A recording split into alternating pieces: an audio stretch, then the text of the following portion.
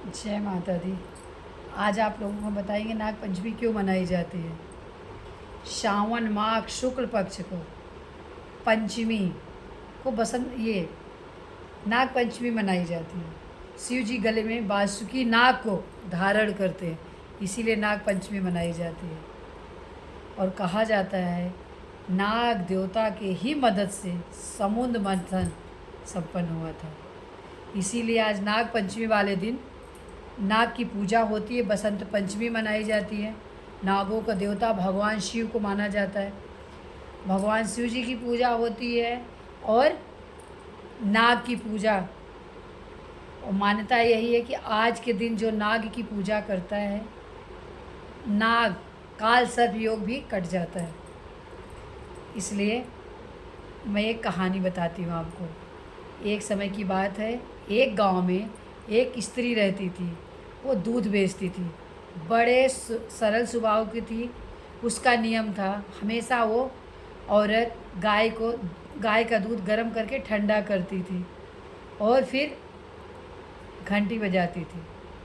ठंडा करती थी दूध और तुरंत घंटी बजाती थी। और उसके यहाँ जितने अगल बगल घंटी बजाती थी, जितने नाग, तुरंत नाग आ जाते थे। और अपनी बेटी से बोलती थी कि यही तुम्हारा भाई है, अगर मैं ना रहूं तो इन्हीं के तुम याद कर लेना। और सारे नाग जो है, सब नाग आ जाते थे। कुछ दिन बाद जब उसकी बेटी बड़ी होती है, बड़े ख़ानदान में उसकी शादी होती है। जिस गांव में होती है उसके मुखिया के 7 बेटे थे। सबसे छोटी बेटे की से उनकी शादी हुई थी। और छोटी बहू बहुत ही संस्कारी थी।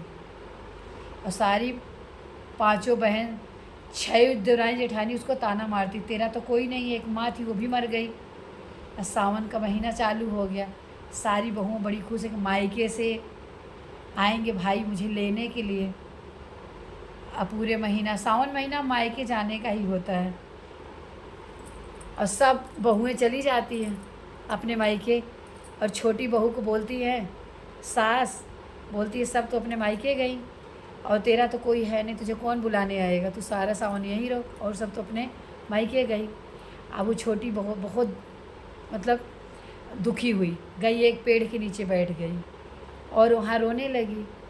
तो पेड़ से नाग देवता निकले और बोले तुम्हारी माँ मुझे बहुत दूध पिलाती थी, तो तुम मेरी बहन हो, चलो मेरे घर।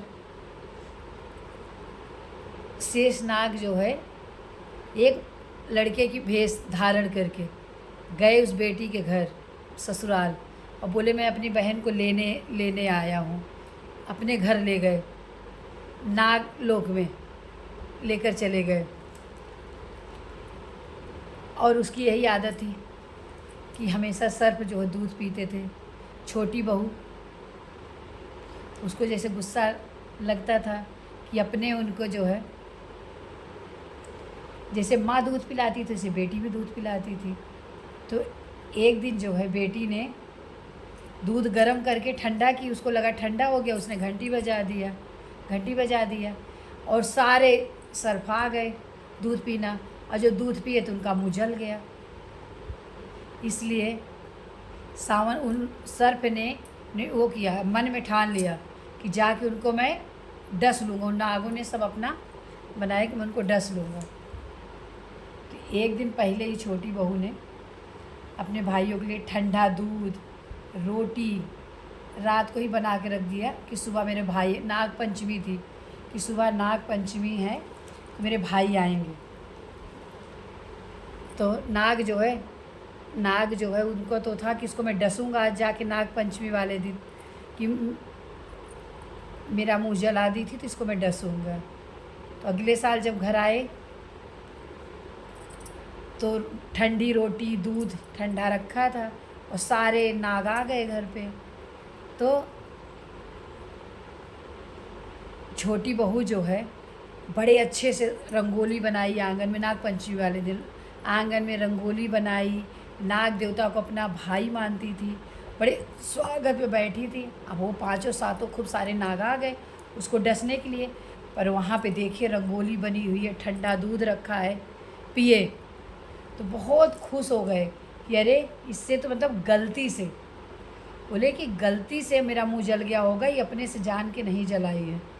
इसलिए नागपंचमी, उसी दिन से नागपंचमी मनाते हैं। और अपनी बहनों को अच्छा उपहार दिए नाग देवता, मोती का माला, हीरा खूब दिए, सामान दिए, उपहार। और उस दिन से कि जो नाग पंचमी का पूजा करेगा, नाग का पूजा करेगा, काल सर्प दोष उस दिन से हट जाएंगे। तो ये है नाग पंचमी की कहानी। मैं दिन में नहीं सुना पाई हूँ, तो इस टाइम मैं सुना दे रही हूँ आप लोगों को, आप सुन के। तो नाग पंचमी को खास करके नाग देवता की पूजा होती है, भोले शंकर की पूजा होती है। और आप देखिए, कमेंट करके बताइए। हर हर महादेव, हर हर महादेव। सभी सपोर्टरों को हर हर महादेव।